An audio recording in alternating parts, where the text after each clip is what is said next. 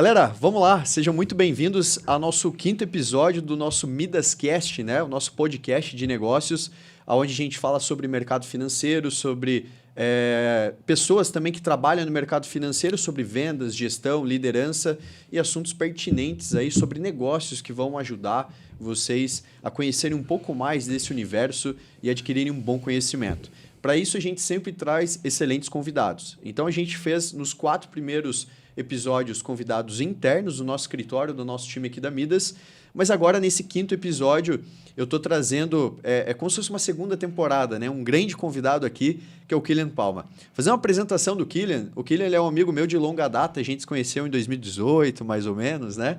2019, onde a gente trabalhou juntos, né? Na MetLife, que é hoje a maior seguradora do mundo em vida. E eu tenho um carinho enorme pelo Kylian, pelo excelente profissional que ele é, pelo desempenho dele, pelo resultado dele e pela pessoa que é. E eu quis trazer ele aqui para compartilhar um pouquinho sobre vendas, gestão, liderança e os desafios que ele está tendo. Kylian, obrigado aí por ter aceitado o convite. Eu que agradeço, né? Tá aqui no nosso podcast, né, cara? Seja muito bem-vindo aí. Obrigado. É uma honra, né? Então, quando eu recebi o convite, falei, pô... Imagine, falar para você, fico até meio envergonhado aí, falar pro escritório de vocês aí, você tá voando aqui em Ponta Grossa, então é uma honra grande poder compartilhar. Obrigado. A gente começou, meio que junto, né? Você começou um mês antes, na verdade. Eu entrei um mês Já antes. era o número 1 do Brasil ali. Aí você entrou junto com a Deisoca, com o pessoal ali. Eu continuei no caminho da MetLife, você continuou no mesmo caminho do empreendedorismo, mas no mercado de investimentos, e eu acho que vai ser legal, vamos trocar uma ideia bacana. Legal.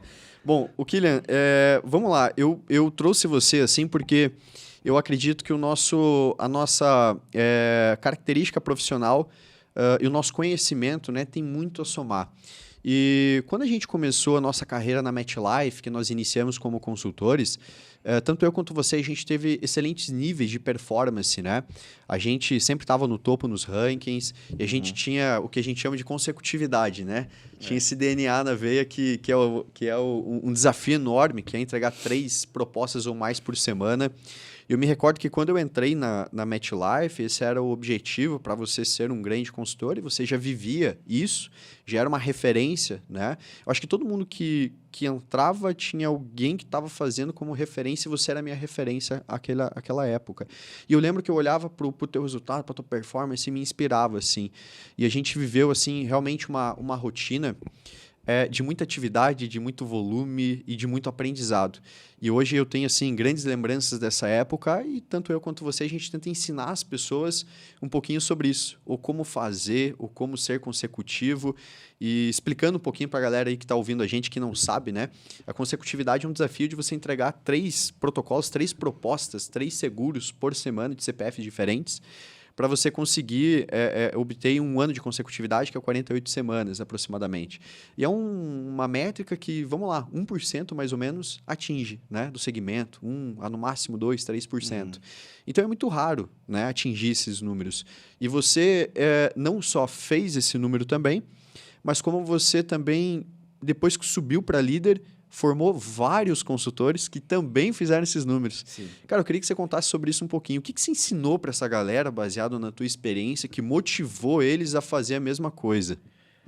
Legal. Excelente pergunta. Eu acho que antes assim, do que eu ensinei era o que eu aprendi. Porque eu acho que foi fundamental o papel da liderança do meu líder na época, que é o Felipe Dobrovolsky. Quando ele me contratou...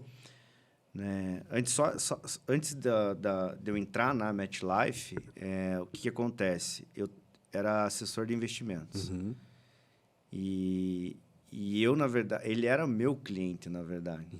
E eu sabia do sucesso que ele tinha no mercado segurador. E quando ele me chamou, eu achei que ele ia me chamar para a Prudential, porque ele era life planner da Prudential e foi assumir uma equipe na MetLife. E quando ele me falou MetLife, eu achava que MetLife era plano odontológico, era...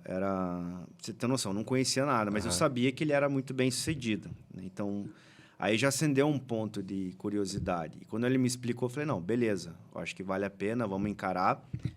Né? Óbvio que não foi uma decisão fácil.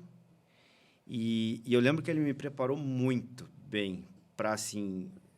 eu não sabia o que era não ser consecutivo, o que era ser consecutivo, quais eram os parâmetros, quais não eram, né? Foi um acordo que eu fiz com ele na época. Eu falei, cara, você sabe como que faz, me fala o que eu tenho que fazer e eu vou atrás, né? Então, assim, foi uma postura de aprendiz muito grande, porque quando eu entrei aí para o ramo de fato de vendas de seguros, né, eu já estava bem na parte de investimentos, ou seja, os clientes me procuravam, né, na época. Eu estava num patamar que a indicação ela era muito mais orgânica na parte de investimento. Aí eu fui para a venda de seguros, que era completamente diferente, que eu tinha que ir atrás dos clientes, né? Então, assim, eu não sabia o que era. O que era ser consecutivo, o que não era, o que era uma boa performance, o que não era.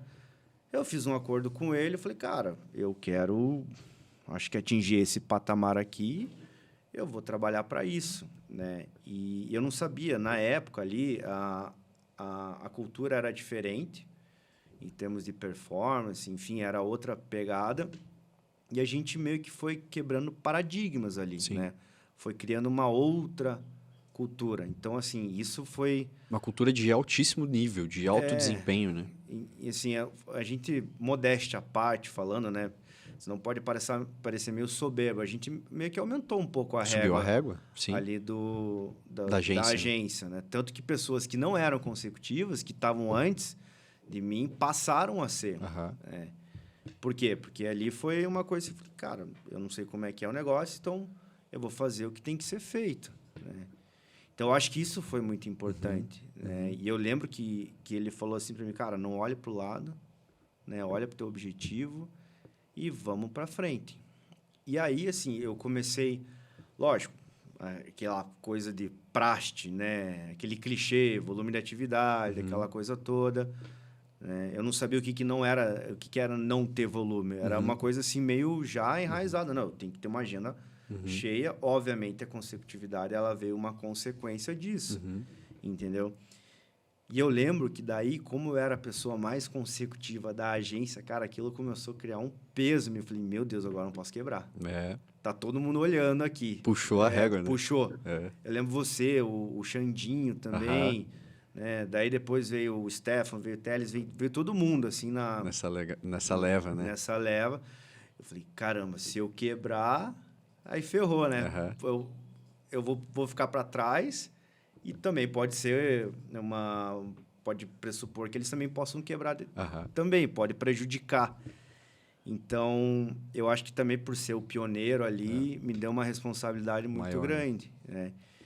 E nisso, beleza, eu concluí as 48 semanas, que era um objetivo, enfim, né? E daí, logo cedo, se for ver, eu fiquei 1 ano e pouco só como consultor e abriu a vaga de liderança. Aí começou o quê? Voltei a não dormir de novo, né?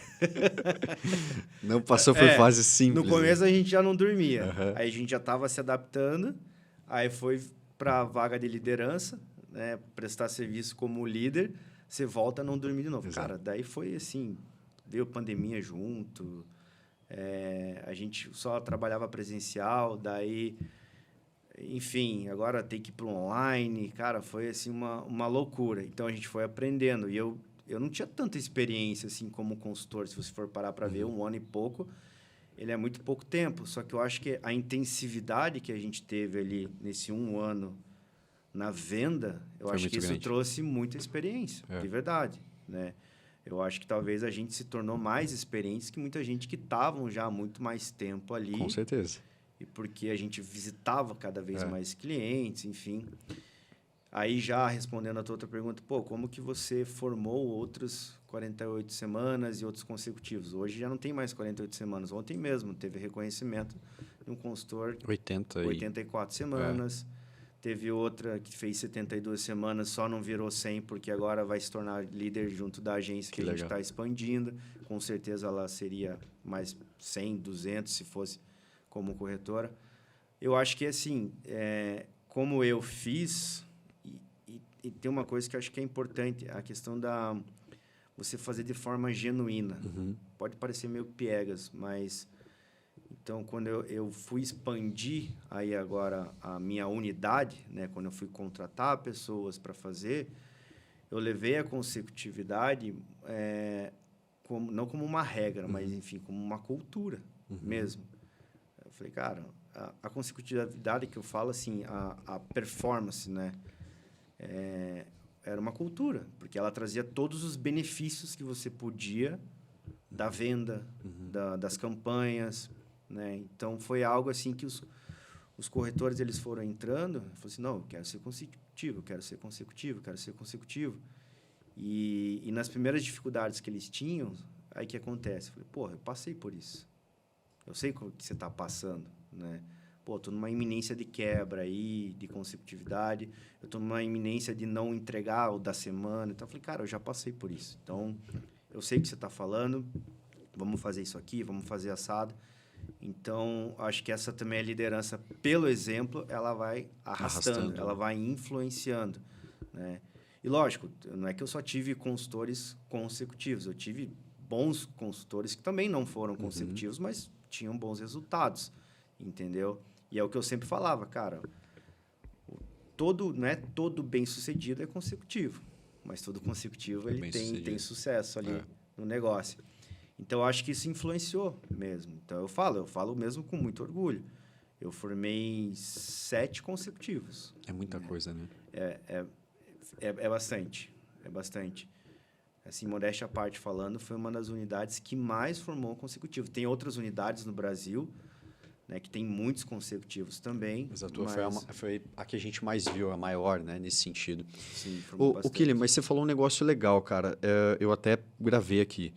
Você recebeu uma orientação no início da tua carreira de consultor, que era não olhe para o lado, faz o teu, olha para frente. E eu acho que isso é um grande insight, porque quando a gente fala de grupo, né, então a gente tem um escritório, a gente tem uma agência, existe um grupo de consultores. Tem a galera ali que é consecutiva, a galera que tem um alto desempenho, a galera que às vezes que não tem. Como que você gerencia isso, por exemplo, a ponto de, às vezes, o consultor que vai muito bem, tem uma grande performance, não olhar para o lado, olhar para frente e não acabar entrando, de repente, numa visão ou numa cultura de baixo desempenho com, às vezes, algum colega que não está desempenhando um bom trabalho. Como é que se blinda, assim, por exemplo, essa estrela? Cara, isso é um desafio. É um desafio muito grande para quem está liderando, né? Porque é muito fácil, porque eles se conversam, né, o tempo todo. Então, porque isso é uma coisa que a gente já antecipa. Que nem você falou, a gente já blinda mesmo, né? Lógico, a gente vai errando também ao longo do início da liderança. Sim, eu já errei demais, entendeu? Mas, desde o momento que eu coloco uma pessoa, eu jogo muito transparente.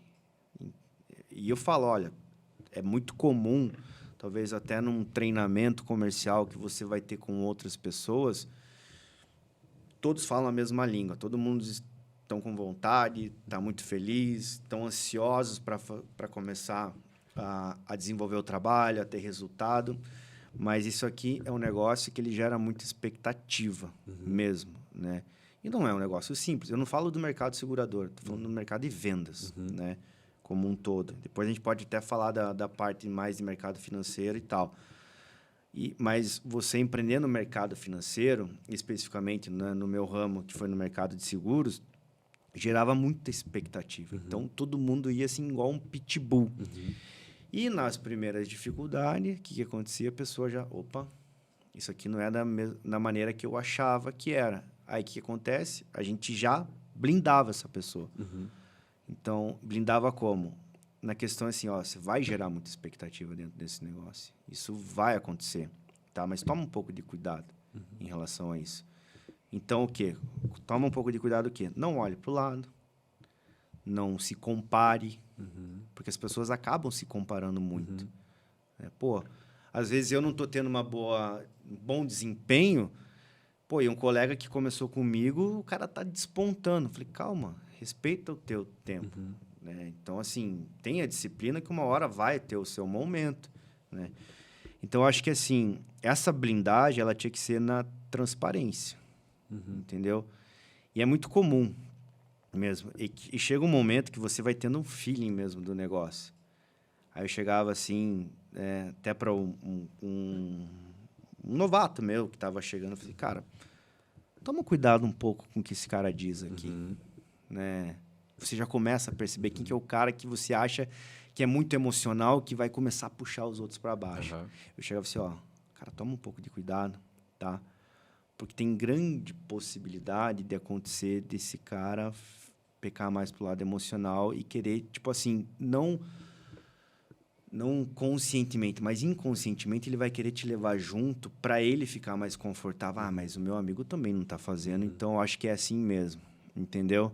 Então, a gente já adiantando isso, né, a gente meio que já preparava o cara, já era uma maneira de blindar. Lógico, não era com todo mundo que dava certo, né, mas a gente acabava tendo êxito. E também tem muita questão de cultura de equipe.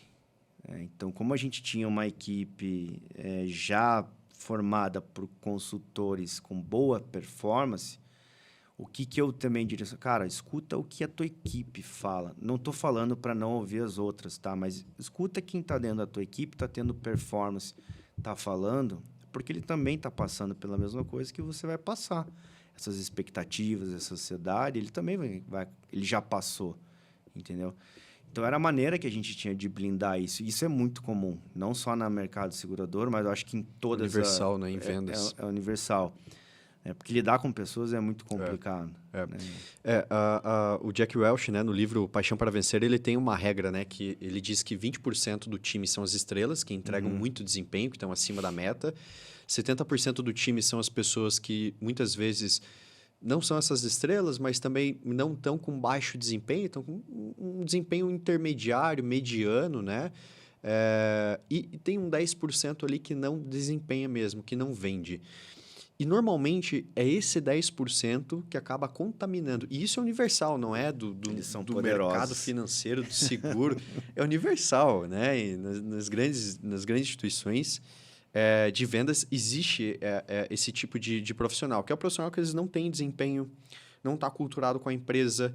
Ou muitas vezes, ele até tecnicamente ele é bom, mas o perfil comportamental dele não permite que ele tenha um alto desempenho, porque não tem disciplina, não tem resiliência, e às vezes acaba prejudicando os demais. Porque vendas, eu acredito que vendas, né, a base ali, o principal pilar, o alicerce para o cara ser um bom vendedor, é a questão emocional, comportamental.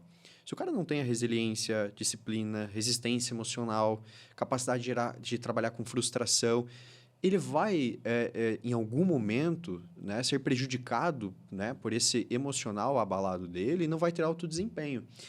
E eu vejo que são exatamente esses profissionais que às vezes não têm um bom desempenho, que acabam atrapalhando o time como um todo. E como é que se lida com esse tipo de profissional? Assim? Um profissional que não tem desempenho, está atrapalhando, você aguenta muito tempo, você faz um one-on-one. Como é que se gerencia essa gestão de conflitos, né? Olha, eu vou te falar, esses 10% existem, mas se esse 10% existe ali, vou te falar, fui eu que coloquei. Entendeu? Então, cara, eu tenho que assumir. Eu tenho que assumir a bronca. Sim. Ué, se eu aprovei esse cara que está dentro aqui, eu que dei essa oportunidade, né? Esse filho é meu. Sim. Então, às vezes... porque às vezes a gente condena o consultor que também só terceiriza a culpa. Sim. Né?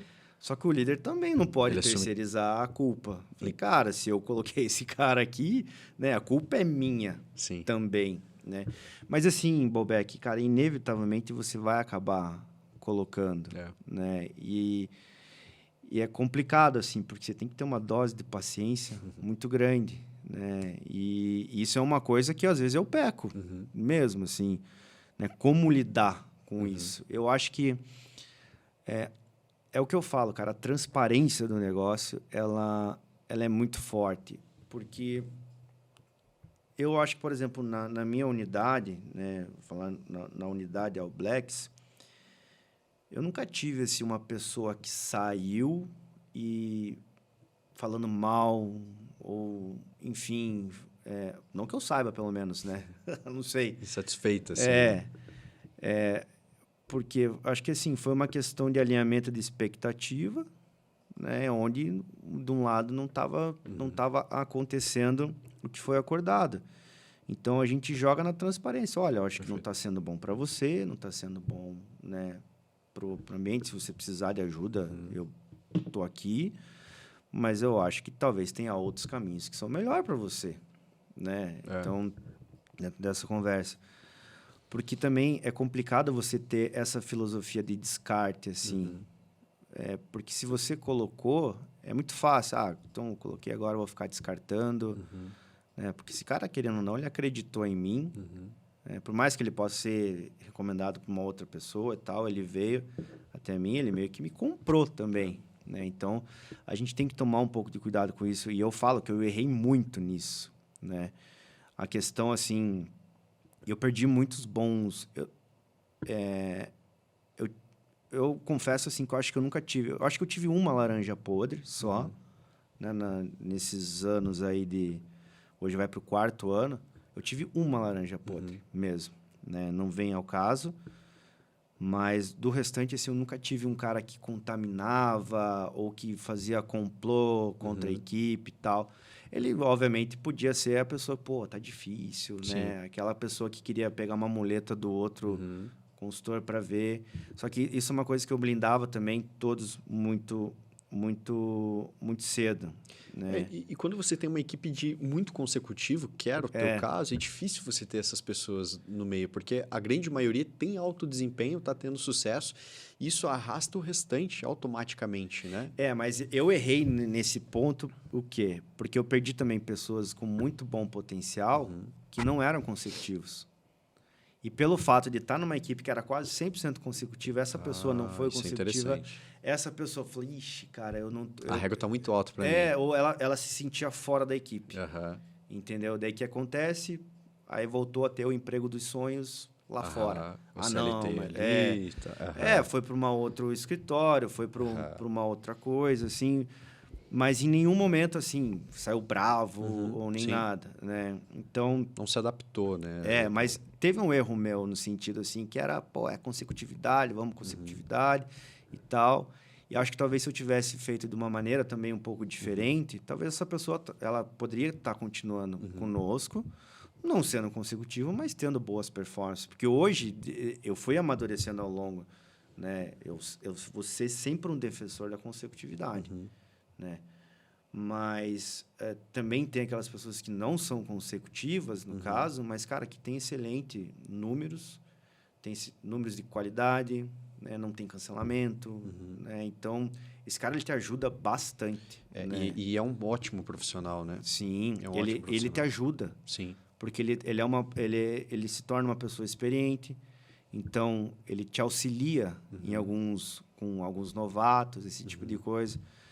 Então, assim, eu acho que teve muita também dessa questão, porque às vezes quando entra uma pessoa que ela vê que a régua é muito alta dentro da equipe, lógico, todo mundo quer estar numa equipe de performance, ninguém quer estar numa equipe mediana, de baixa performance, né?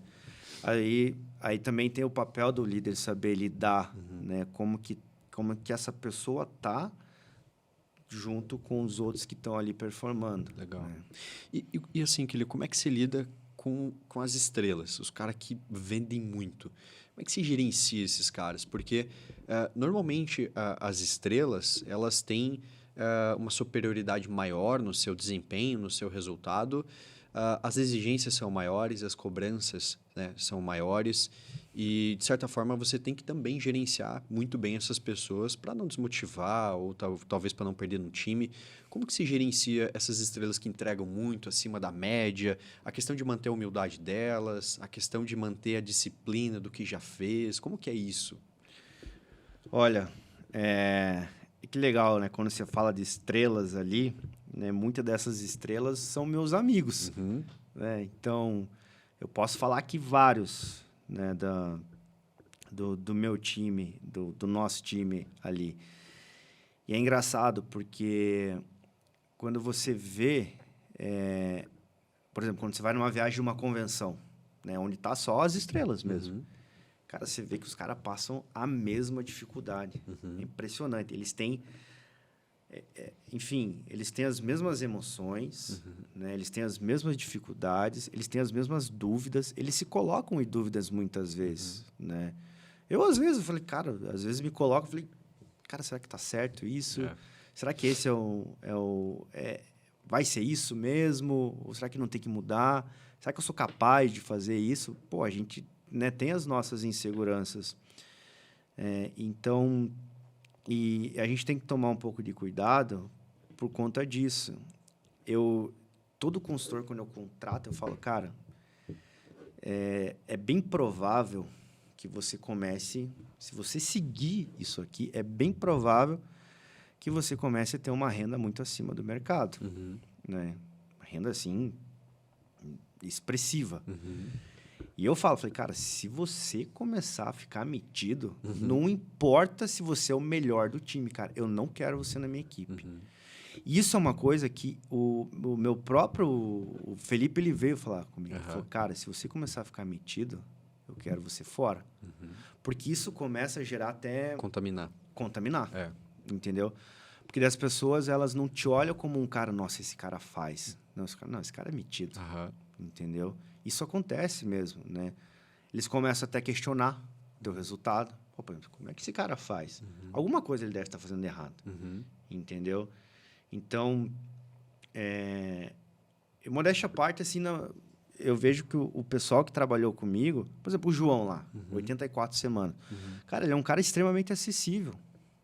Então, todo mundo agradece ele. Eu acho que é por isso que ele é 84 semanas. Por isso que ele é um cara referência nacional, né, dentro do negócio. Porque pessoas, assim, quando a pessoa ela se torna uma referência, mas ela se torna soberba em relação a... Ela perde admiração, né? Perde admiração, mas o tempo de vida dela não é... O tempo útil de vida dela não é curto. Essa pessoa ela vai acabar caindo uma hora ou outra. Inevitavelmente, essa pessoa vai acabar caindo. Né? Nem que seja só admiração. Porque, às vezes, até é meio triste. Pô, a pessoa lá é campeã do negócio, você das contas, e ninguém admira. Essa pessoa não tem mais tanto acesso às outras, porque as pessoas não procuram mais. Né? Torna-se um Romário da vida, né? É um craque, entrega muito, mas fica rodando de time em time, empresa em empresa, clube em clube, porque as pessoas não querem perto. Não querem. O fato do cara ser uma estrela, às vezes, mais atrapalha do que ajuda, né? Então, esse é um desafio também, né? Do gestor.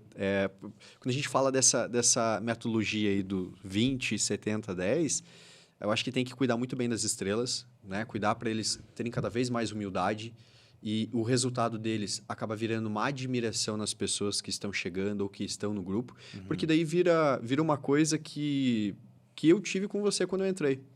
Porque quando eu entrei na MetLife, você já estava fazendo. Você já era consecutivo. Teu PA era excelente, teu ticket médio era ótimo.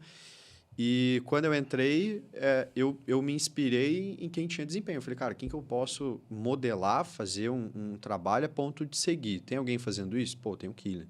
Legal. E quando a gente ia conversar, você era extremamente acessível, humilde, ajudava, humilde até demais, ajudava todo mundo. E eu falei, pô, caramba, velho, que legal isso. E existia essa admiração por todo mundo, pelo desempenho e também pela humildade, né?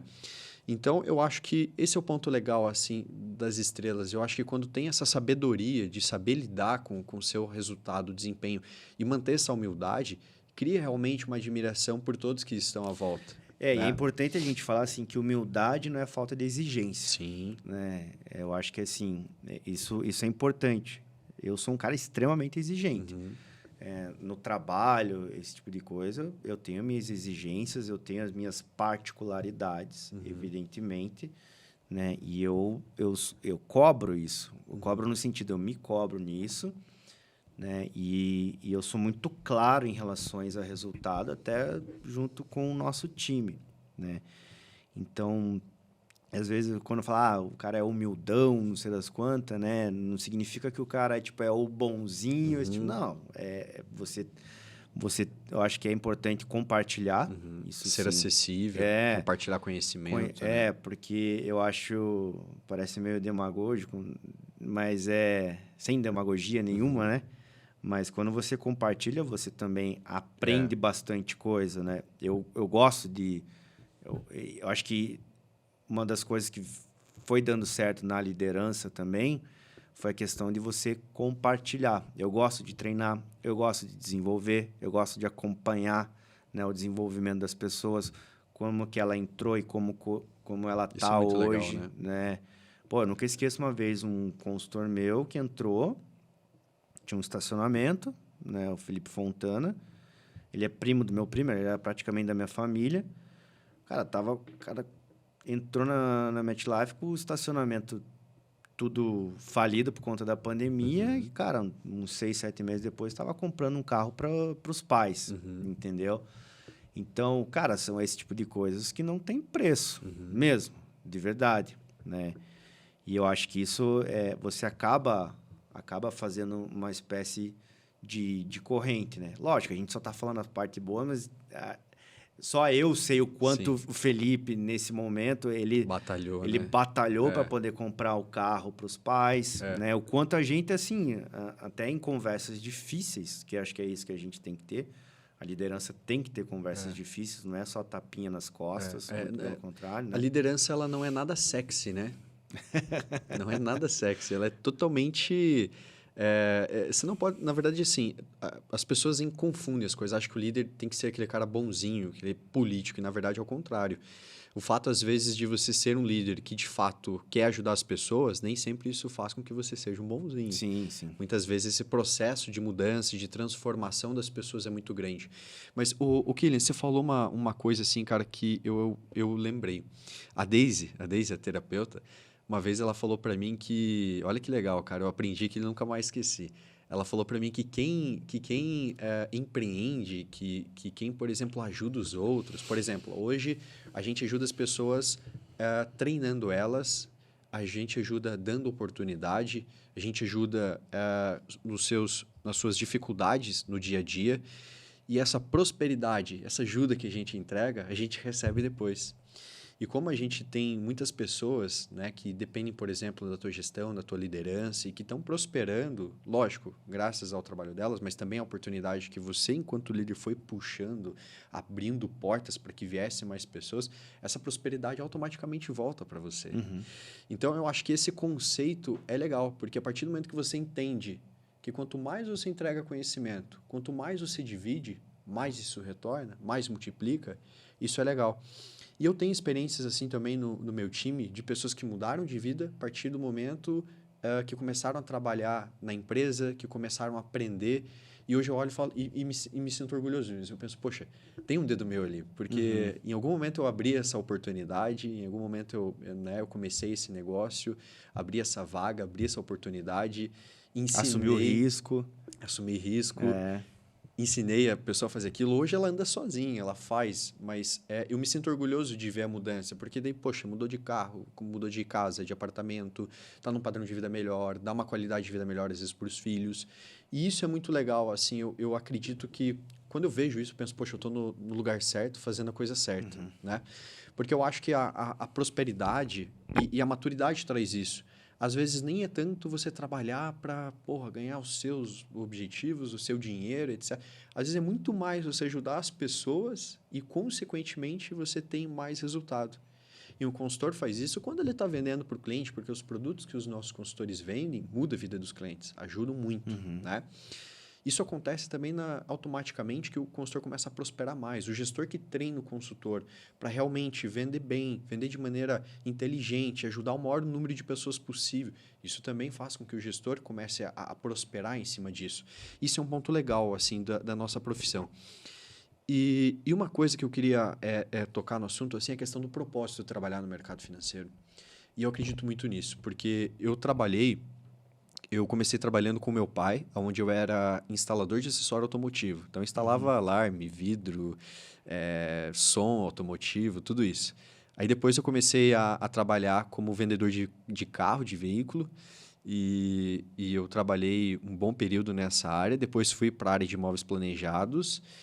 comecei ali a construir uma carreira assim, de começar a dar treinamento e etc., me interessar por esse conteúdo, aí que surgiu a oportunidade de entrar no mercado financeiro de seguros, onde foi um divisor de águas para mim, porque quando eu era CLT, Kylian, todo mundo fala assim para mim, pô, você tem muito potencial.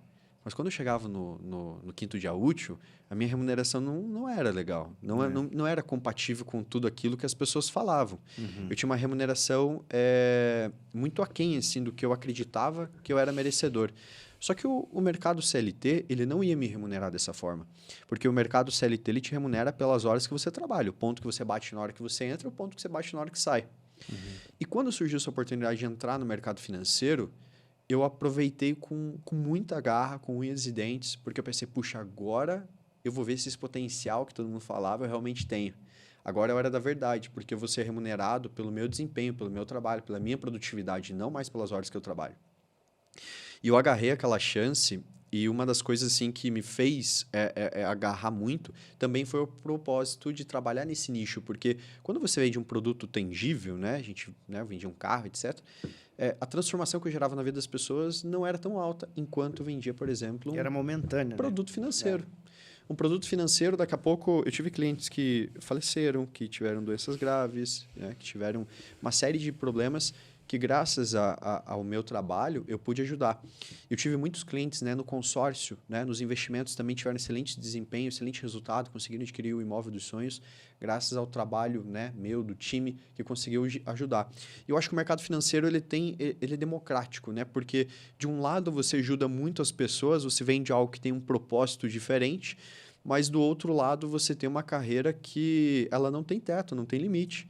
Você pode ganhar cada vez mais e prosperar cada vez mais financeiramente e também subir na carreira. E eu acho que esse é um ponto legal.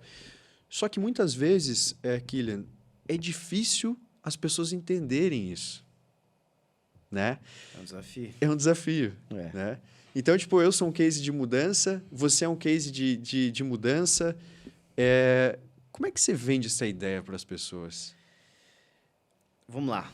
Eu acho que assim, ó, você falou 2 pontos importantes. Empreender e mercado financeiro.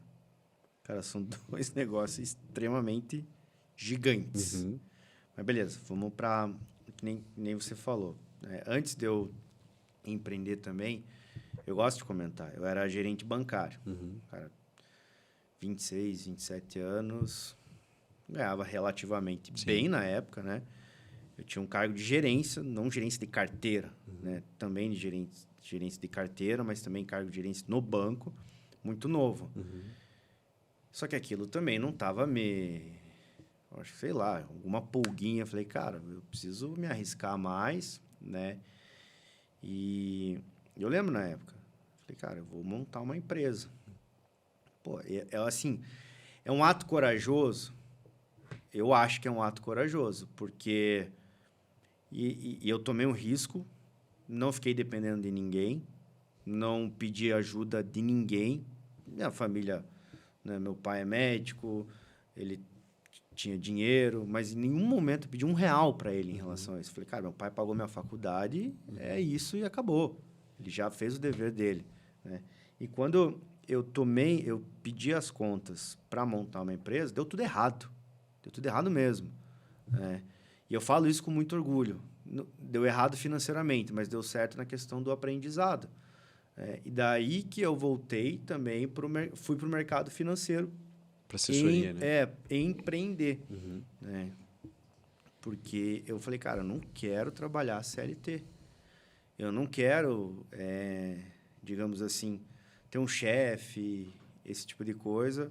Eu quero eu ter controle daquilo que eu... Autonomia, né? Autonomia. E quando eu fui empreender no mercado financeiro, eu estava com meu nome extremamente sujo, de verdade.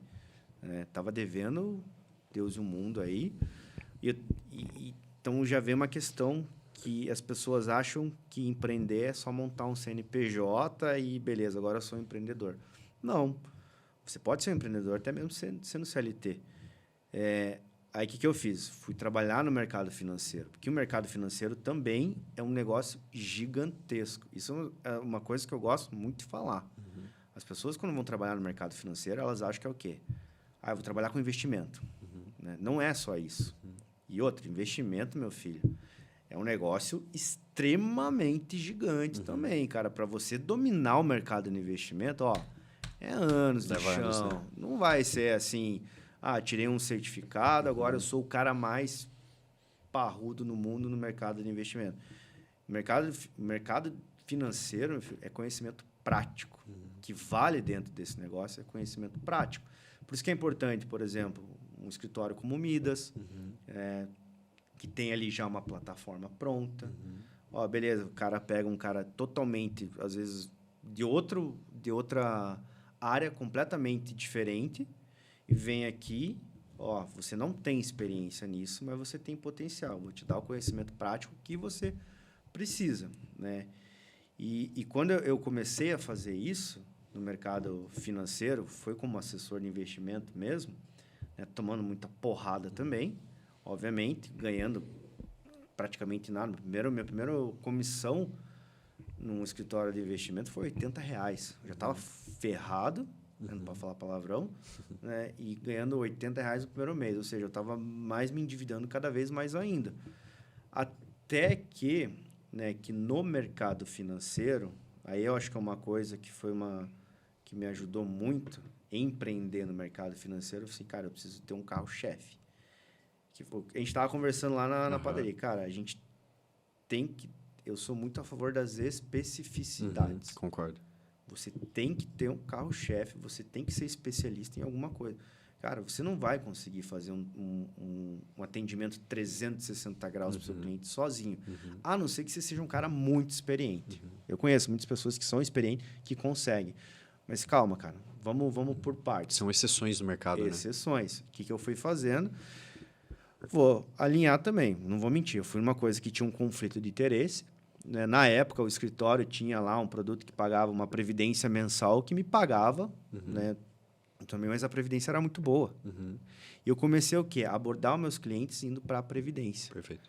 Então, eu fui indo, meu carro-chefe era a previdência. Pô, o cara ganhava 15 e gastava 10. Pô, tem uma sobra aqui que eu acho que a gente pode trabalhar. E quando você ia numa especificidade, aquele negócio ele se abria.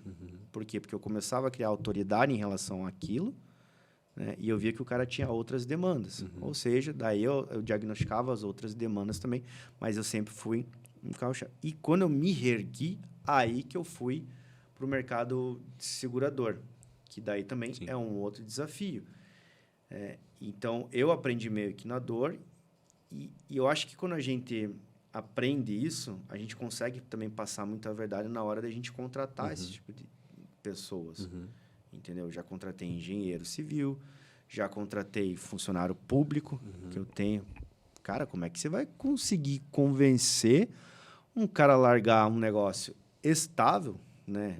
Que é aquela coisa, como diria Flávio Augusto, estabilidade não existe, a largar um emprego público para se tornar vendedor de seguros.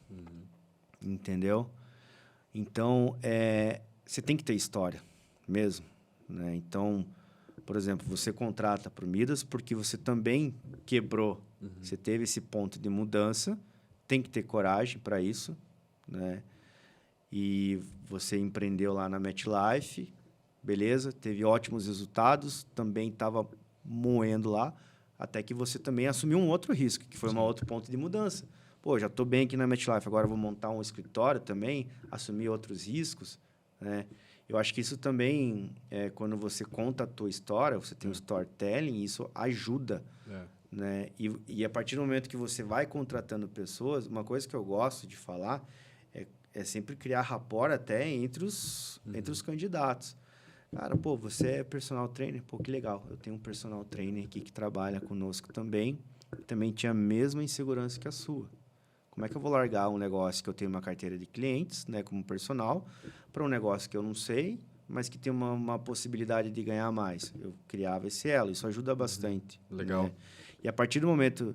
Cara, e às vezes assim, é uma pessoa-chave que você tira do mercado. Já faz uma diferença muito grande. Faz uma diferença muito grande, né? Uma vez eu... Não é o volume, é a qualidade, né? Você tira um cara do mercado muito bom e bota no teu negócio. E esse cara começa a despontar. O que vai acontecer? Inspira os As pessoas vão ver, o que esse cara tá fazendo? Entendeu? Mas como assim? Lógico, também as redes sociais, ela ajuda muito, nisso, né? Eu acho que ela é importante você expor as suas conquistas e tal. E eu acho que isso vai trazendo outras pessoas também, né? E também tem um ponto, cara. A tua liderança junto com essa pessoa. Porque essa pessoa, ela vai acabar te recomendando novos profissionais, entendeu? Só que ela vai te recomendar novos profissionais a partir do momento que ela sentir que, cara, esse cara, ele tem a panca, né? Ele tem a responsabilidade, ele tem a competência para tirar esse cara do mercado que ele tem, que é onde ele sustenta a família, digamos assim, para trazer um negócio que, se ele não fizer nada, ele também não vai ganhar nada. Entendeu? Isso é um ponto legal, porque assim, eu acredito que o líder, ele tem que ser exemplo em todos os sentidos. E para a contratação isso é muito importante, porque ninguém vai sair da onde está para entrar numa nova oportunidade se ela não vê aquele líder que vai Sim. liderar ela como uma referência, como um exemplo, uma pessoa que ela quer ser igual, ser bem-sucedida como. O líder ele tem que passar segurança. Isso é fato, né? E um ponto que você falou, até esqueci de comentar antes, as pessoas, evidentemente, elas ficam tentadas um pouco pelo dinheiro que isso pode gerar, né? Só que é uma coisa que eu sempre falo, cara, se você tá vindo aqui só pelo dinheiro, você vai embora pelo dinheiro, tá? É bem importante. Eu imagino, né, quando a gente vai fazer workshop, por exemplo, para contratar novos profissionais de seguro de vida. Cara, eu destrincho o seguro de vida. Não para vender para o candidato. Falei, cara, o que o seguro de vida causa numa família? Qual que é o benefício disso? Entendeu? Qual que é até questões sociais em relação a isso? Qual que é o mercado qual que é a longevidade no mercado? Ou seja, aí eu acabo essa primeira parte do workshop, cara, eu falo de remuneração no meu workshop nos 10 últimos minutos finais.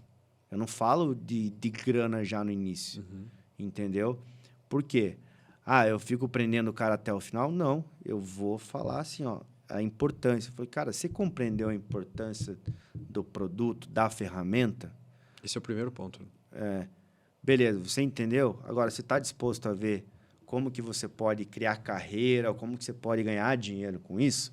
Legal, então agora eu vou te mostrar como que funciona a nossa profissão aqui. Agora você vai ver do lado profissional. Legal? Legal. Aí eu falo da remuneração, cara, 10 minutos. A possibilidade de ganho é essa, pronto.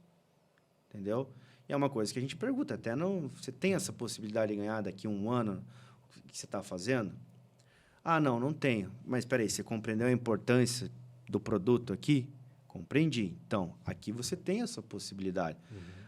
Mas, enfim, se você não vê a importância aqui, continue onde você está. Não venha para cá. Né?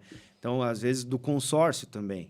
Né? Então, se o cara não compra o produto, não tem como ele vender bem. Parece só meio... entrar pelo dinheiro não faz sentido. Parece clichêzão, né? Eu não vendo aquilo que eu não compro.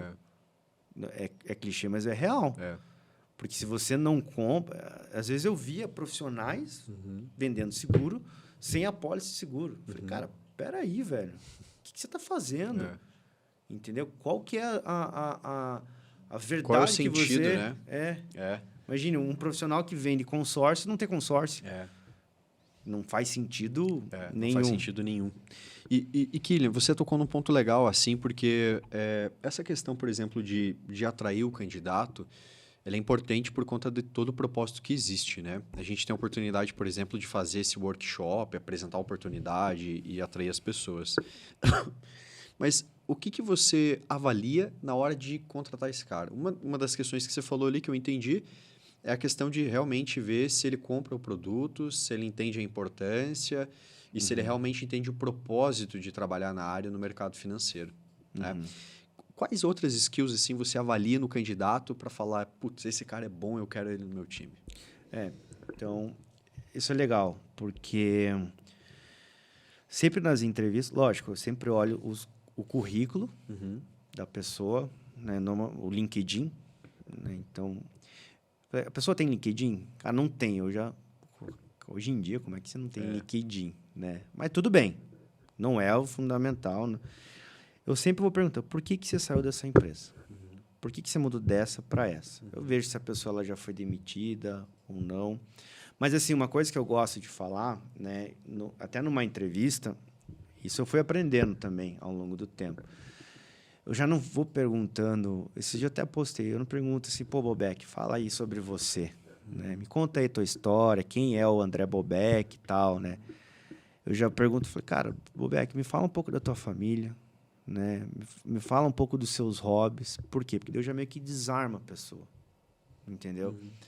Porque quando você tá numa formalidade, você vai pescar formalidades, né?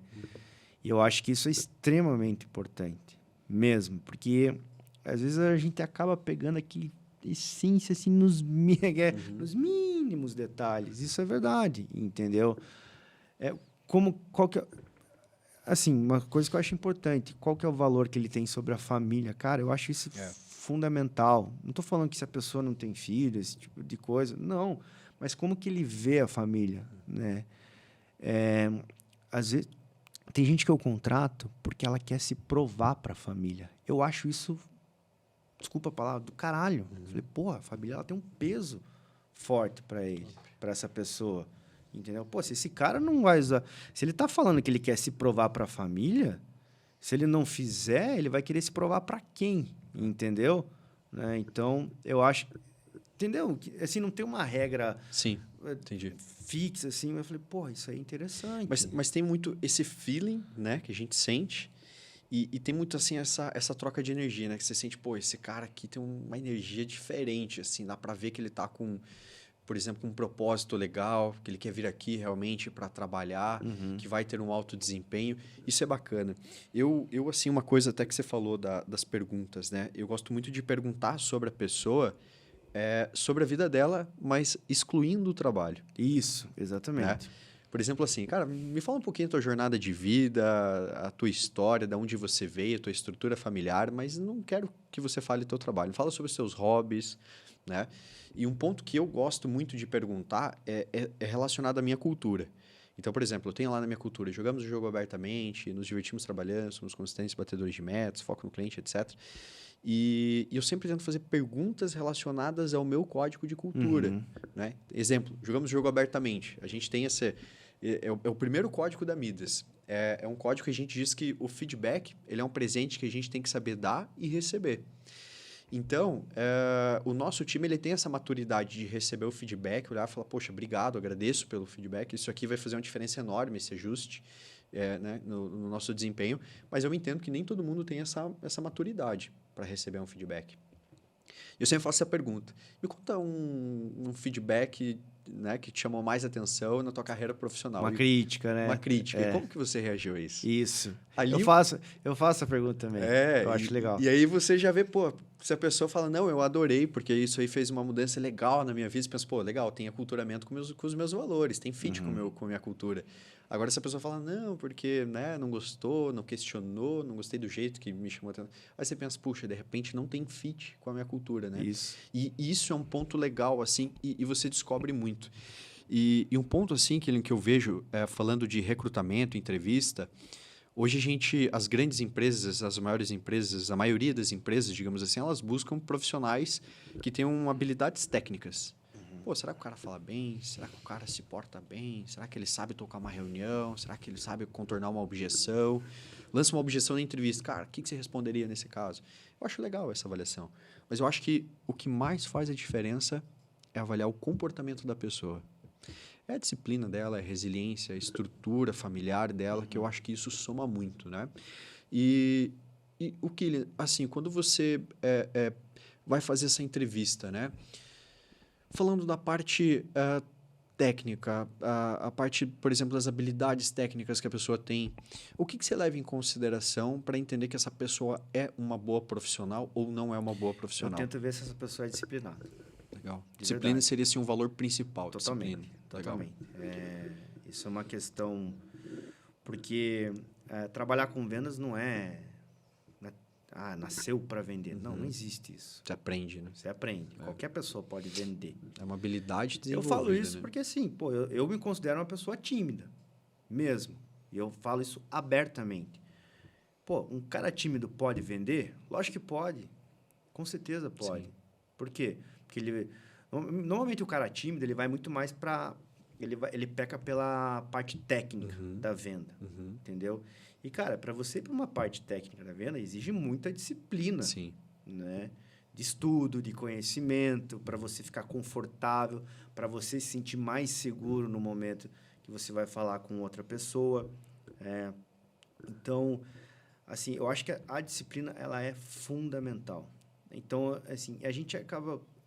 Quando a gente vai... Uma coisa que eu gosto de fazer é... Eu vou perguntando sobre cada trabalho. O que você fazia aqui mesmo? Tá, legal. Pô, você fazia aqui, quanto que você ganhava? Eu sempre pergunto. E por que você saiu? Né?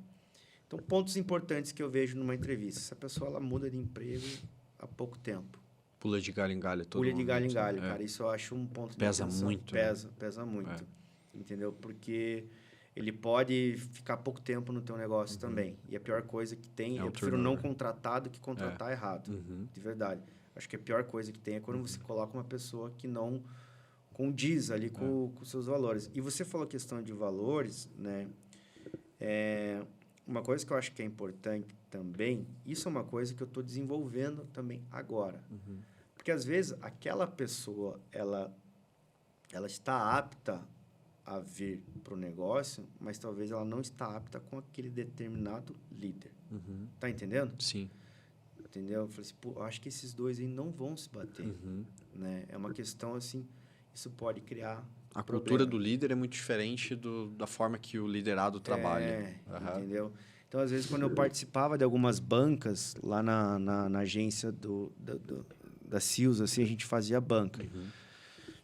Eu falava assim, cara, eu acho que esse cara, para minha unidade, não ia valer a pena.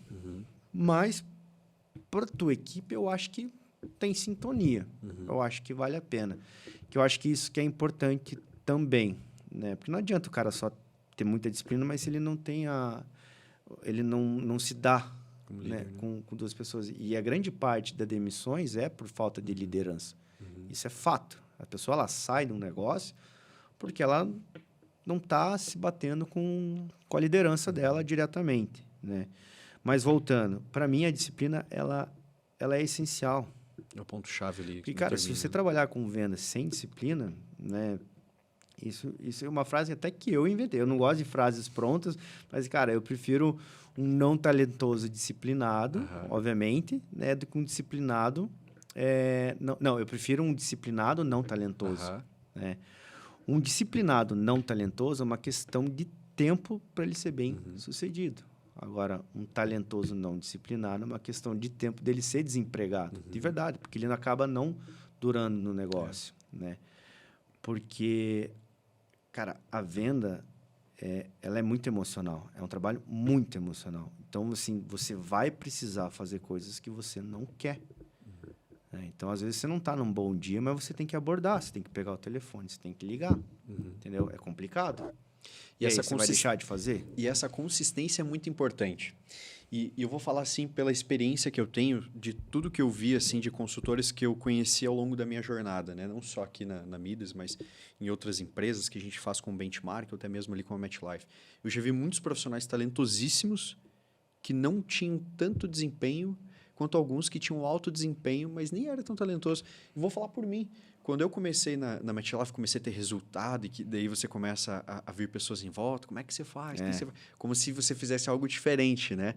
Mas, na verdade, não, cara. Você faz a mesma coisa. Eu faço a mesma coisa que você, diferente que eu faço mais volume, eu faço todos os dias, eu não dou delay no cliente, eu vou no cliente, independente se eu estou bem ou estou mal, porque eu sou um ser humano que eu tenho emoções também, assim como você. Sim. Nem sempre eu estou disposto, estou afim, mas eu cuidava muito disso. E as pessoas, eu lembro que algumas pessoas falam assim, porque eu vou lá fazer um joint contigo, quero ver como é que você está fazendo, então vamos. Aí, quando eu ia fazer esse joint comigo, falava assim, cara, não é possível que você faz só isso. Que é só isso, é só isso, velho. Mas como é que dá tão certo? É mais simples do jeito que eu estou fazendo. Eu falo, acho que funciona justamente porque é simples, não é tão complexo. Né? Eu acho que simplificar faz sentido. A diferença é que é a disciplina. Que, cara, chega na sexta-feira, eu sento a bunda na cadeira, ligo até bater a minha meta de número de agendamentos e durante a semana eu passo igual um louco visitando cliente em cliente. Ponto, cara. Que a disciplina ela gera segurança também. Total. Porque a partir do momento que você tem uma agenda cheia, você tá tranquilo. O teu final de semana é mais leve, né?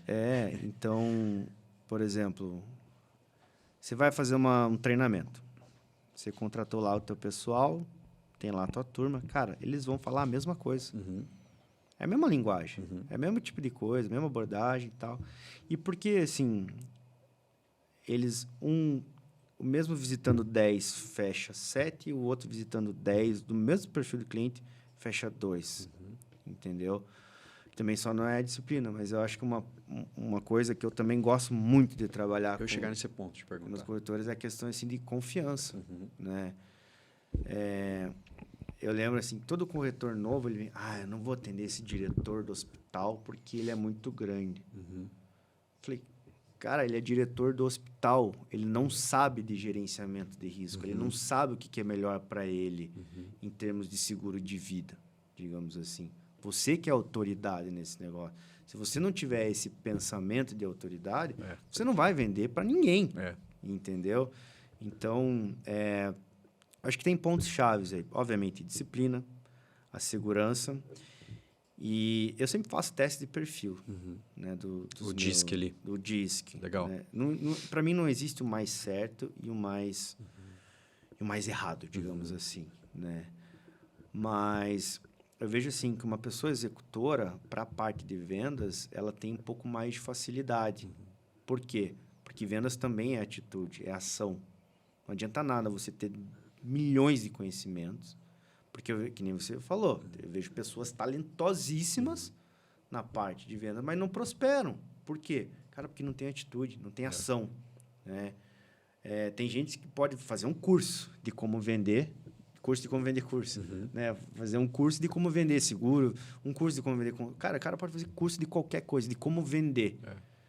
Mas só que o cara não vende. Por quê? Porque ele não tem níveis de abordagem, ele não tem uma agenda cheia, não adianta nada, entendeu? Só que também você tem que tomar um pouco de cuidado de você não ser aquele cara que tem uma agenda cheia, mas sem conhecimento nenhum.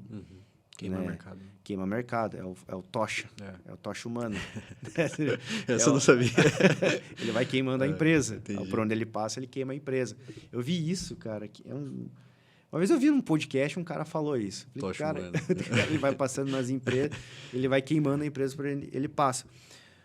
Mas mesmo assim, eu prefiro o cara com atitude, com ação. Né? Porque ele vai aprendendo, ele tem que ter o discernimento para ele aprender a cada visita que ele vai fazendo. Daí volta o que eu estava conversando no início. Pô, eu só tive 1 ano de consultor, 1 ano e pouco. Mas pelo volume de atividade que eu tive, eu aprendi muito mais. Porque muita gente que tinha 2, 3 anos, que tinha um volume baixo, né? Beleza, no início é importante você ter uma agenda muito cheia, com certeza. Porque aquilo te dá bagagem. Né? É o famoso assim, o não você já tem, legal. Depois que você vai criando, né, uma certa autoridade, você vai sendo conhecido mais no mercado em relação a isso. A conversão vai aumentando. Tua conversão vai aumentando, aí já muda um pouco. Não é o não você já tem, de verdade. Né? Isso é uma coisa que eu gosto muito da Daniele Martins. Para mim, ela é uma sumidade desse mercado de seguros. Sim. Ela é uma pessoa que eu sigo. Eu ainda não fiz a mentoria dela, mas eu vou fazer. Né? Ela é uma pessoa assim que ela tem história mesmo, de verdade. E ela fala muito isso. Não, mas peraí, por que eu tenho que ficar recebendo tantos nãos? Por que é assim? Por que eu não posso receber mais sims do que não? Eu acho que isso, quando você também muda esse tipo de gatilho mental, né? Eu acho que isso te ajuda também.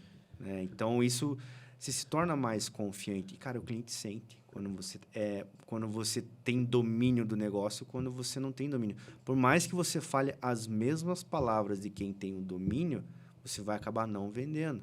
Então, às vezes, assim, é muito comum falar, pô, cara, eu tô fazendo tudo que tá no script aqui, assim, assim, assim. Aí eu falei, cara, mas como que você acha que o teu cliente tá te vendo? Mesmo? Você acha que ele tá te vendo, assim, como uma autoridade mesmo? Porque, cara, o produto que você tá vendendo é um produto para a vida inteira. Tô falando a parte de seguros. Né? É um produto que, entendeu? Que vai acontecer a desgraça na vida da sua família, é você que vai tomar conta financeiramente. Você está entendendo o tamanho da responsabilidade, o tamanho da confiança que você tem que passar para esse cara, que ele não te conhece? entendeu? Então, assim, a confiança ela é fundamental.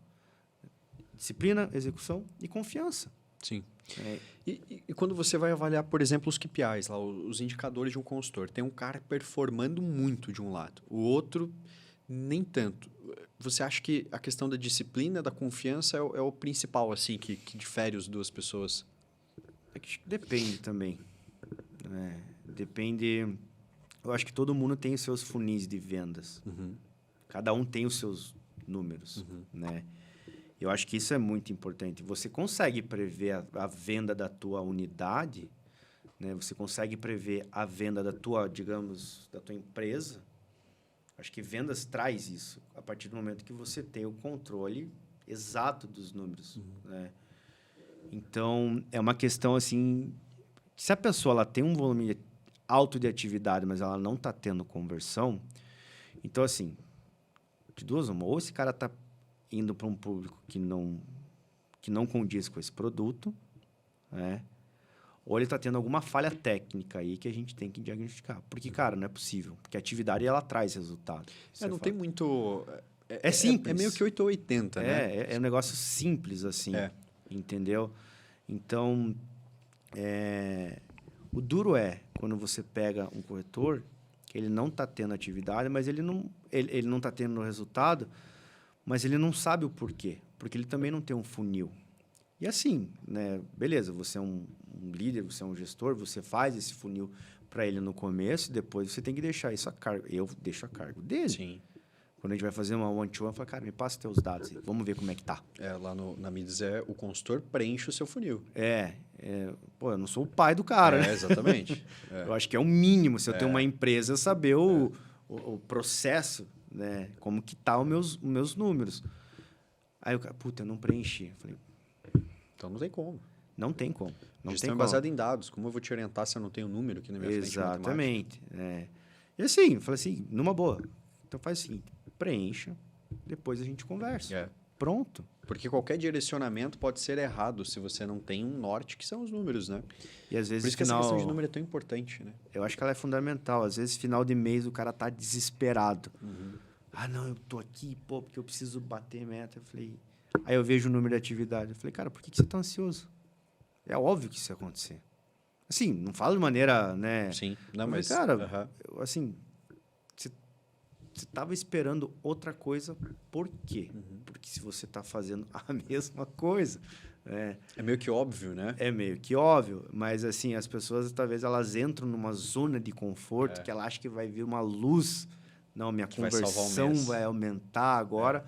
Por quê? Porque a partir do momento que ela trabalha muito com o controle de números, ela não gera expectativas, ela gera possibilidades. São coisas totalmente diferentes. Sim. Eu falei, não, peraí, eu tenho possibilidade de tantos negócios aqui, pela conversão que eu tenho e pelo número de clientes que eu estou prospectando. Ou seja, ela sabe de fato quanto que ela vai produzir, né? Lógico, tem uma margem para mais ou para menos, beleza, mas não vai fugir muito daquilo, né? Então, aí quando a pessoa não tem esse controle, não adianta ela ficar ansiosa em questões de saber se ela vai entregar o mês ou não, de verdade. Ela já tem que saber isso 2 semanas antes. Fechar o mês. Não, tá tranquilo, com essa possibilidade. Ou semanalmente, né? Digamos assim, nosso trabalho ele é muito semanal. Cara, essa semana eu tenho possibilidade de fechar 4 contratos. Por quê? Porque a minha média de conversão é que se 10 fechamentos que eu faço, eu fecho 4.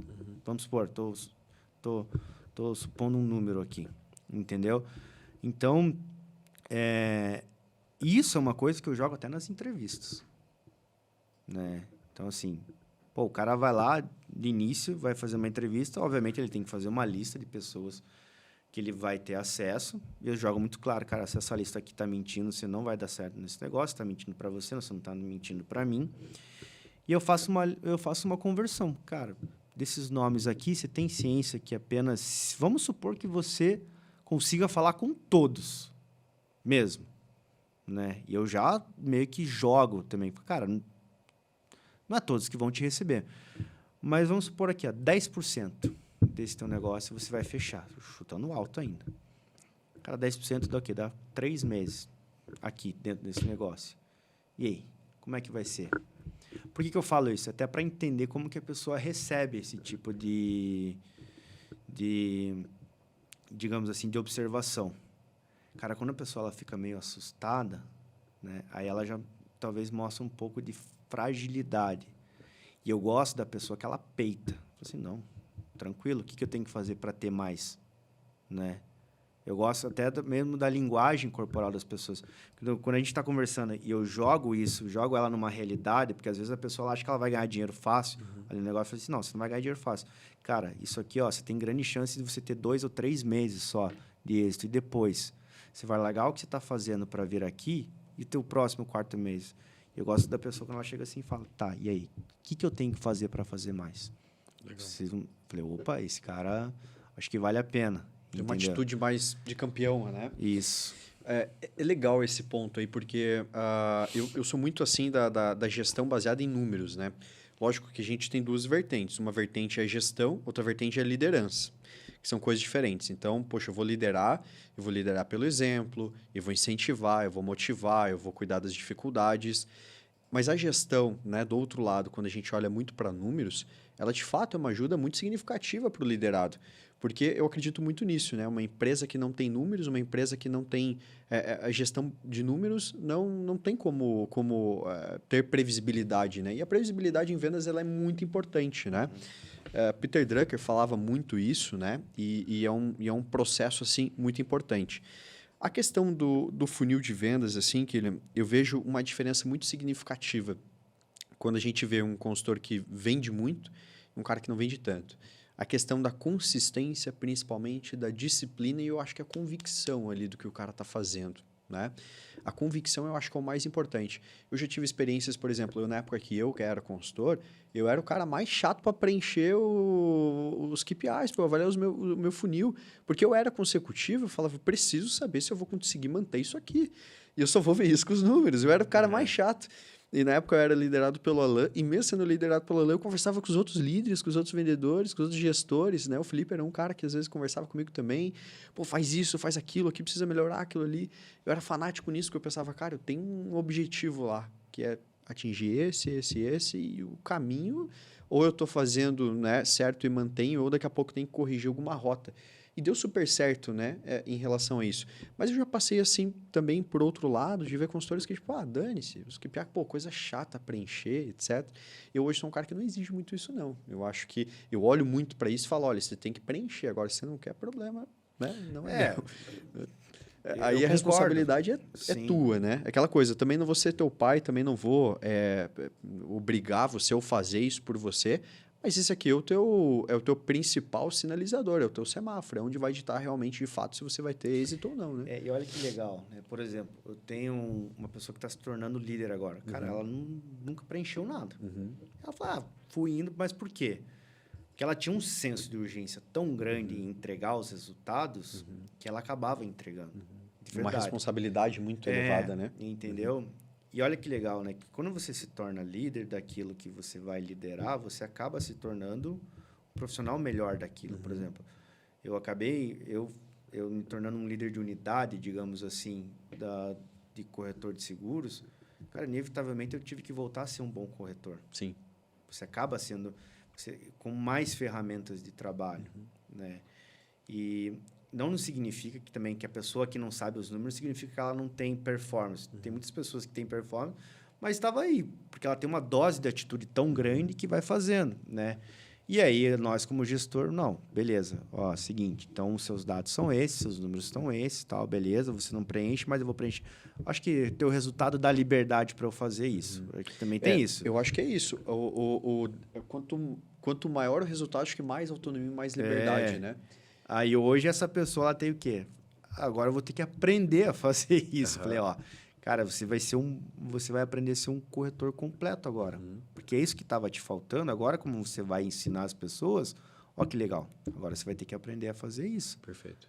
Então, isso é extremamente importante, né? E você também, que nem você falou, pô, falar com os outros líderes, isso é bacana, né? Trocar, não ficar só engessado em uma opinião só, você sempre extrair um pouco né? Abrir um pouco a cabeça, né? Abrir um pouco essa questão dos outros. Eu ia falar um outro negócio, acabou me fugindo aí.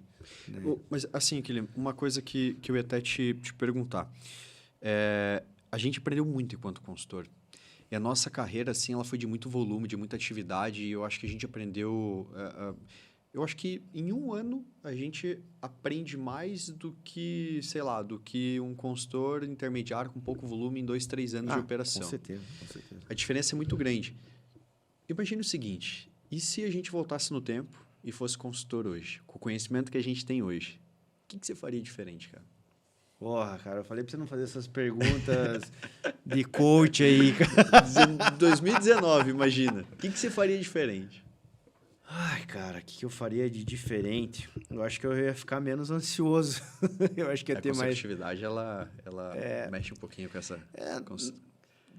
ansiedade. Não sei, assim. Eu acho que hoje, tendo a cabeça que eu tenho, eu acho que a consecutividade, ela ajuda, cara. Uhum. Ela não te deixa mais ansioso, ela tem que deixar menos ansioso. Ela te assim. gera um norte, entendeu? Ela, tipo assim, te obriga você a se antecipar, né, dos processos. Uhum. Eu acho que, então, é para ser, teoricamente, de uma maneira muito mais saudável. Uhum. Só que o que acontece, na grande maioria, né, o que não deve acontecer, mas acontece, é que isso gera uma certa ansiedade mesmo nas pessoas por conta daquilo que eu falei anteriormente. Sim. Que a pessoa, às vezes, está ansiosa, está desesperada. Eu falei, não, peraí, você não mudou aqui, você não se antecipou, perfeito, entendeu? Eu acho que talvez os meus resultados fossem o mesmo, ou fossem um pouco mais, né? Porque se eu conseguir aquele resultado sem experiência nenhuma, agora com a experiência que eu tenho, eu acho que... eu sempre brinco, cara, um dia eu vou voltar a ser consultor da agência que eu montei, entendeu? Vou construir a agência e depois de algum tempo eu vou voltar a ser consultor dessa agência, porque eu sou apaixonado por essa profissão. E é legal ali estar aquele contato com o cliente, vendendo e mudando a vida das pessoas. Eu acho bacana porque, assim, eu até brinco com o meu time muitas vezes. Eu falo, cara, mas o que você, por exemplo, agora, o que você, se você voltasse em 2019, o que você faria de diferente? Vamos inverter. Cara, assim, ó, eu acredito que em 2019, que foi um ano assim que eu dei um boom, eu tinha 25, 26 anos, né? Eu lembro, você era um dos consultores mais Era o mais jovem do Brasil, né? E eu lembro que eu acho que faltava um pouco mais de maturidade de negócio. Porque eu vinha de uma situação financeira com uma certa dificuldade, com uma renda não tão elevada e que eu tinha muito sonho, muito objetivo e eu tava louco por trabalhar, cara. Louco por trabalhar. Então, eu acho que essa carreira onde proporcionou assim, essa questão de ser realmente, né, uma possibilidade totalmente meritocrática me motivou muito a trabalhar. Mas eu acho que, na época, Kylian, talvez o que eu teria feito diferente? Talvez investido um pouco mais na minha carreira no sentido de me desenvolver enquanto pessoa também. Eu acho que isso ajudaria mais a melhorar os meus relacionamentos, me ajudaria mais a ter mais maturidade. Porque eu lembro que quando eu comecei a ter resultado, eu falei, uau, isso aqui funciona. E eu acho que faltou um pouquinho de maturidade assim, para gerenciar algumas coisas. Uma coisa que eu acho que também faltou maturidade. Eu não sei se isso foi errado ou se isso foi certo, mas eu dei um all-in assim, na época e eu só trabalhei. E, cara, eu paguei um preço alto, porque na minha época eu não tinha um business plan legal, não tinha network legal, eu tive que construir isso com muita recomendação. E eu lembro que eu tive em algum momento da minha carreira, o meu líder na época... Você foi pro BNI também na época? Isso, pro BNI também, que ajudou muito. Eu lembro que o meu líder na época falou, André, cara, você não tem muito network ainda. O network que você tem ainda é a galera da tua idade, não é o cliente que a gente quer, não é um público legal. Então, para você ter cuidado e ter qualidade nas vendas, você precisa melhorar isso. Eu falei, cara, como é que eu melhoro? Ele falou, olha, vamos trabalhar para você ter o melhor atendimento possível, ser um atendimento muito bom, com muito conteúdo, para que você mereça as melhores recomendações do cliente. E através das recomendações, você sempre vai estar no mercado bom. E eu foquei muito nisso. Então, assim, eu estudava muito produto diariamente, eu estudava técnicas de vendas, eu dormia com a apostila do playbook ali do lado. Eu trabalhava de segunda a sexta, às vezes sábado e domingo também, se não era, de repente, abordando, era terminando a agenda, era estudando, fazendo, protocolando e etc. E eu, naquela época, eu só trabalhei. Eu cuidei pouco, assim, de mim. Eu cuidei pouco da minha saúde. Entendi. Eu cuidei pouco, assim, do meu desenvolvimento pessoal. Eu acho que eu só olhei para o profissional. Eu acho que faltou um pouco isso. E, assim, hoje, eu sou uma pessoa que eu equilibro um pouco mais. Eu acho que em algum momento você tem que ser um puta desequilibrado. Eu até falei isso no primeiro podcast, que eu não acredito tanto no equilíbrio. Eu acredito que você só vai ter alto desempenho quando você desequilibra uma área. Poxa, então você quer ser um cara super saudável. Cara, você vai ter que desequilibrar um pouco mais para esse lado. Você vai ter que treinar mais, dar um pouco mais de foco de atenção em horas para isso. E eu coloquei 90% da minha vida só no trabalho. E eu não me arrependo disso. Mas eu acho que naquela época, com um pouco mais de maturidade, eu cuidaria um pouco mais da minha saúde física, da minha saúde mental. Eu cuidaria um pouco mais da minha alimentação. E eu não tinha esse conhecimento. Para mim, pô, se dane, eu sou novo. Então, vou tomar um energético aqui, vou comer um hambúrguer ali, almoçar, jantar um hambúrguer. Energético na sexta-feira para ligar um monte. E eu acho que essa maturidade mudaria isso, mas sabe? assim, ó, eu concordo com isso. E um outro mas ponto eu acho que também... talvez se você não tivesse passado por isso... Exato. Ela não acenderia uma luz de necessidade. Eu falei, opa... porque às vezes a gente aprende na dor. Entendeu? Talvez se você tivesse isso nessa plenitude que você está falando... Talvez não teria aprendido tanto. Talvez você não teria nem montado Midas. Exatamente. Entendeu? Mas um outro ponto assim, que eu acho legal eu talvez na época eu ajudaria mais as pessoas. Porque eu lembro que tinha muita gente com alto resultado, algumas pessoas nem tanto. E assim, talvez um pouco pela distância de eu atuar mais em PG, a galera em Curitiba, eu hoje ajudaria mais as pessoas. Sabe? Tentar, sei lá, de alguma forma ensinar alguma coisa a mais ou transferir algum conhecimento que eu tenho para tentar ajudar. Hoje eu acho que ajudaria mais as pessoas nesse sentido. Eu acho que essas mudanças assim que eu faria, sim, né? sim. Mas infelizmente Isso não tem como voltar. Sim. Não voltamos no tempo. Eu acho que assim... Mas foi a melhor fase da minha vida no sentido de aprendizado. Eu acho que eu nunca aprendi tanta coisa em tão pouco tempo. Cara, às vezes a gente pega assim e conversa sobre... Na agência, eu falei, cara, como era gostoso, né, velho? Era muito legal. E na época a gente ficava meio afoito mesmo, né? Porque a gente mal sabia das bombas que iam vir pra frente, né? E assim, bate uma saudade, né? Então, acho que... Quando você mandou a foto tua ali, que deu pra ver a agência atrás, me deu uma saudade. Falei, pô, que legal, cara. Eu tava magrinho. Saudável. Eu acho que eu fui o único consultor que entrou e emagreceu, porque normalmente as pessoas, quando entram lá, cara, engordam, né? Nossa, eu entrei um polentão... E fui emagrecendo e bati 48 semanas. Eu engordei. Beleza, claro. depois que eu virei líder, voltou tudo. E fica nessa, né? Fica nessa. Eu engordei bastante na época, mas hoje eu tô mais equilibrado. Nossa, tá todo fitness aí. Agora eu tô fitness, cara. Tô cuidando da alimentação, dormindo bem. Tá toda hora ali, mas que é 200, 360. Cara, eu tô nos treinos 150 do ano já, mais ou menos. Eu tenho que fazer isso aí, filho. E é legal de você fazer esse treino e postar ali, porque daí em tese você tá, né, se comprometendo com todo mundo que te segue. Do tipo, tô aqui, velho. Tô fazendo. Não posso quebrar. Não posso quebrar. Exatamente. É uma consecutividade também exposta para todo mundo. É o hábito, né? É o hábito. É o hábito. Dá pra fazer, cara, esse desafio aí, 3 treinos, né? No semanal aí. Mas eu tô fazendo 3 treinos semanal. Você tá fazendo? Tô. Então. Tem a minha personal, que ela falou que vai querer assistir. Olha aí, legal. Que ela me puxa. Eu acho que isso é importante. É importante. Uma coisa que você falou, né? Que nem tava conversando com o Alan tava com um pouco relacionamento e tal, para eu me desenvolver, para eu pegar recomendações melhor, né? Mas por que você tava fazendo isso? Para você ter mais segurança. Perfeito. Né? Então, porque quando você se desenvolve, quando você estuda mais, você pratica mais, você tem mais segurança. E não foi doído? Foi. Não é doído, né? Doído é aquela dor gostosa, né? Não, mas assim, falou, cara, eu preciso desenvolver isso aqui. Porque você poderia muito bem falar, não. Mas eu acho que é nessa fase de estresse que existe uma diferença do cara que rampa e performa e o cara que fica. Eu acho que é nessa fase. Porque ali eu tava numa fase que, poxa, ou é isso aqui, eu continuo nessa me né, carregando e capengando, Vamos ver até onde vai. ou eu rampo e vou pro topo. Sim. Eu decidi, cara, vou treinar muito, vou É o trabalhar famoso muito e clichê vou de rampar. sair da zona de conforto, tá? Isso é fato. Porque também teve essa opção. Pô, eu tô como consultor, tô ganhando bem pra caramba, né?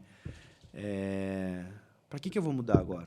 Para que eu vou assumir uma nova bucha, digamos, para construir uma equipe do zero que eu vou ter que depender dos outros? E que é difícil pra caramba, né? Cara, É muito é desafiador, muito difícil. né? É que nem agora. Quanto mais pessoas, maior a responsabilidade. Tô uma unidade que estava voando, modéstia à parte, né? Tava indo muito bem. E agora tem Um novo desafio desafio novo de montar agência. de montar uma agência. Formar líderes agora. Né? Agora é formação de líderes. Agora você vai ensinar tudo que você aprendeu enquanto líder para os novos líderes. Mas, de né? verdade, nessa eu tô mais confortável. Nesse desafio eu tô mais confortável, porque foram 4 anos de liderança. Então você tem muita bagagem, né? Então eu lembro que eu me perguntei, cara, você não tá ansioso? Eu falei, não, porque eu sei que eu tô com as pessoas certas, né? E eu sei que, assim, pode parecer soberbo, mas eu sei o que tem que ser feito, entendeu? E já metemos uma agência lá, investimos, porque, assim, eu tenho ciência que vai dar certo. Sim. Que se for por esse caminho, eu tenho ciência que vai dar certo. Então, a gente passa já... lógico, não é mastigado, mas, pô, galera, vamos fazer desse modelo aqui. Porque a confiança no teu conhecimento, ela traz, né, essa segurança. Eu acho que é isso. Eu acho que quando a gente está fazendo algo que a gente tem conhecimento, a gente se sente muito mais seguro para tomar decisões. É um risco, não deixa de ser, mas é um risco calculado e, ao mesmo tempo, essa segurança está protegendo, né, o teu conhecimento. E olha o tamanho da responsabilidade. Por exemplo, eu estou levando comigo consultores que estavam muito bem como corretores, que têm esposa e filhos. Estão em Curitiba, bem instalados. Não, tem um de Pato Branco, o cara vai ser de Pato Branco para morar em Florianópolis, está levando a família inteira. Olha aí. Né?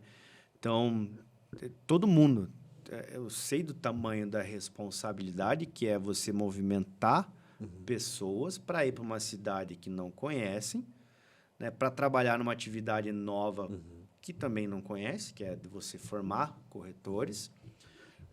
Mas, assim, eu fico confiante nisso porque, falei, cara, eu já desenvolvi corretores, né, durante 4 anos.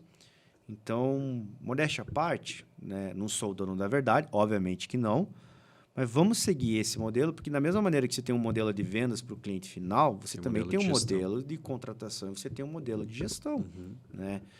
Lógico, sempre vai ter erros e acertos, enfim, é uma cidade nova, cada cidade tem um tipo diferente e tal, né? Mas estamos indo, todo mundo já está fechando a primeira turma, já estão fechando a segunda turma. Que legal. Né? Então, eu não tenho dúvidas que a agência ela vai decolar. Sim. Né? E também é legal, porque agora aquilo que eu vivi como líder de unidade, é difícil pra caramba. Mas, cara, traz muito reconhecimento também. Reconhecimento, assim, interno. Porque você, como líder, você fica muito mais no bastidores do que no holofote agora. Exato. Né? Porque a empresa, e eu acho que está certo, ela tem que sempre reconhecer os a corretores, a linha de frente. Né? E é muito legal você ver os corretores que você desenvolveu recebendo prêmios. E é muito legal ver os caras, assim, por exemplo, estavam lá em Bahamas. E eles te marcando no post, te agradecendo. Pô, isso é muito legal. Pô, que sentimento de... E assim, não faz por obrigação. Não falou, vai lá, posta e me marca, não sei das quantas. Não, espontâneo, né? É espontâneo. É o reconhecimento do time em relação ao teu trabalho. Sim, exatamente. Leva a bandeira isso lá, gostoso, dá o Blacks, né? E tal. Pô, que legal aqui a gente. Então, isso é muito legal. Então, eu acho que isso agora numa escala maior, né? Então, o negócio, querendo ou não, ele é escalável também. Então, agora tem uma agência onde vai ter lá os 6 líderes contratando. Aí, se Deus quiser, se der tudo certo, vai dar certo. Ano que vem, eu quero chegar também numa agência com 12 líderes. Sim. E perpetuar aí. Conhecimento. Conhecimento atrás de conhecimento. E o legal é que dá para ver que as pessoas confiam muito em você. Por isso que estão fazendo todo esse movimento de ir para lá. Isso também é gratificante, né? Porque existe, por exemplo, assim, a mudança... por exemplo, de um liderado, ou de um consultor, um líder, que ele vai sair daquele emprego, daquela situação, aquela zona de conforto para ir atrás do teu projeto. Isso é uma responsabilidade e o risco dele, mas também o teu risco é muito grande. Sim. Porque você tem que fazer com que aquela pessoa dê certo. É aquela coisa, né? Se o cara deu certo, parabéns para ele. É. Mérito dele. Se o cara deu errado, falou, mas quem que é o gestor desse cara aí? É isso aí. Então a culpa é do líder. Os bastidores do líder é o melhor, né, cara? Loucura. Kylian, mas que legal, cara. Gostei de bater esse papo com você. Pude aprender muito com você.